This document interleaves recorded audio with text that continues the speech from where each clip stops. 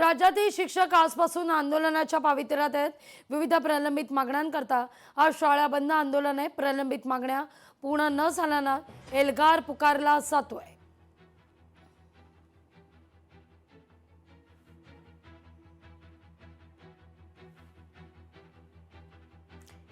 आंदोलनात शिक्षकांसह संस्था चालक सहभागी होत आहेत। राज्यव्यापी आंदोलन राज्यातील शिक्षकांसह प्रलंबित मागण्या पूर्ण न झाल्यास एल्गार पुकारला जाणार आहे आणि त्याच अनुषंगानं या ठिकाणी आंदोलनाला राज्यभरात आता सुरुवात होताना दिसतीये। टीईटी रद्द करावी ही प्रमुख मागणी आहे। याखेरीज अनेक प्रलंबित मागण्या आहेत आणि याकरता म्हणून आंदोलनाचं हे हत्यार उपसण्यात येत आहे।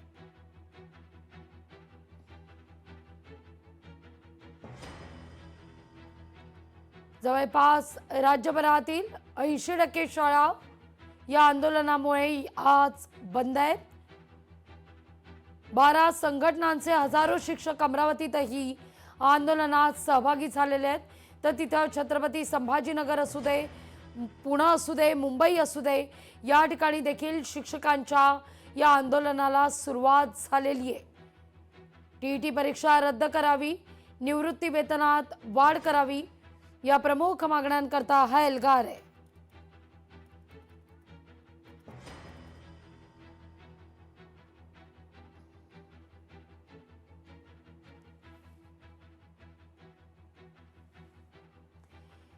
या सगळ्याविषयी बोलण्याकरता संतोष ताठे सर आपल्या सोबत जोडले गेलेले आहेत।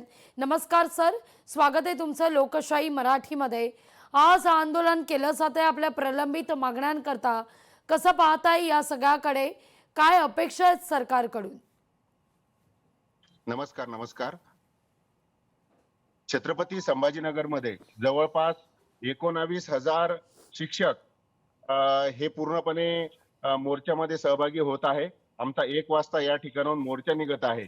पण माननीय सर्वोच्च न्यायालयाने काहीही कारण नसताना एका मागील प्रकरणामध्ये ज्या पद्धतीनं सर्व राज्यात देशभरातील शिक्षकांना ओढलेलं आहे या टीईटी करण्यासाठी, तर त्या निमित्ताने सर्व टीईटी रद्द करणे आणि 15 मार्च 2024 चा काळा शासन निर्णय संच मान्यतेचा तो रद्द करणे, या 2 मागण्यांसाठी जुनी पेन्शन मिळाली पाहिजे। इतर अनेक मागण्या आहेत, परंतु ह्या 2 प्रमुख मागण्या आहे की सर्व शिक्षकांना टीईटी पास करणे हे बंधनकारक नसावे। कारण आमदार खासदार असतील, IAS अधिकारी असतील, इंजिनियर्स असतील, त्यांना कुणालाही वेगळ्या परीक्षा नाहीये। मग प्राथमिक शिक्षकांनाच वेळोवेळी का परीक्षा द्याव्या लागत आहे?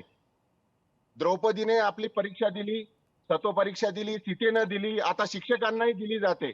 ज्या ज्या ठिकाणी शिक्षकांचा अवमान होत असेल तो देश रसातळाला गेल्याशिवाय राहणार नाही। त्यामुळे आता विनंती आहे की माननीय सर्वोच्च न्यायालयाने आणि राज्य सरकारने टीईटी ही रद्द करावी, शिक्षकांचा सन्मान वाढवावा आणि शिकवण्यासाठी विद्यार्थी गुणवत्तेसाठी वेळ द्यावा।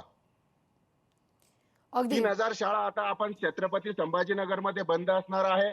जवळपास 19,000 ते 10,000 शिक्षक या पूर्णपणे या मोर्चामध्ये सहभागी होणार आहेत। महिला भगिनी मोठ्या प्रमाणात सहभागी होणार आहे। निषेध या मोर्चाच्या माध्यमातून जर तोडगा निघाला नाही तर मात्र पुढचं पाऊल काय असेल? मोर्चानंतर आम्ही मोर्चा आहे, आज सामूहिक रजा आंदोलन करतोय आम्ही पूर्ण महाराष्ट्रभर अगदी सामूहिक शिक्षक। आणि त्यानंतर आम्ही दिल्लीमध्ये जंतर मंतरवर आम्ही आंदोलन करणार आहोत पूर्ण देशातील शिक्षक टीईटी संदर्भाने। काल लोकसभेमध्ये 10 ते 12 खासदारांनी पूर्णपणे त्या ठिकाणी लोकसभा अध्यक्षांना विचारणा केली की टीईटी रद्द करावी म्हणून।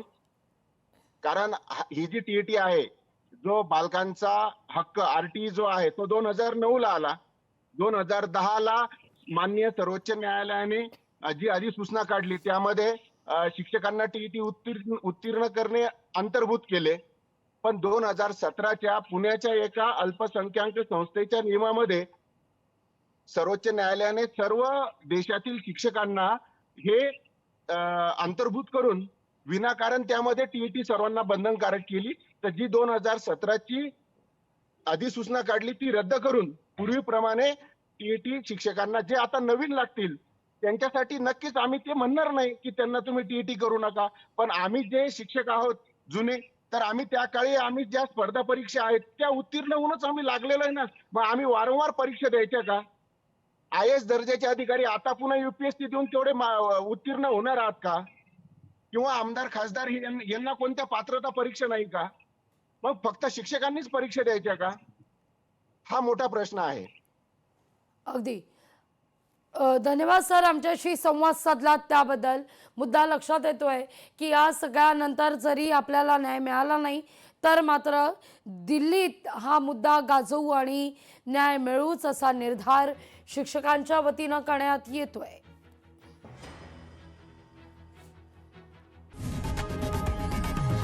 लोकशाही मराठी ऐका, पहा, जागरूक रहा.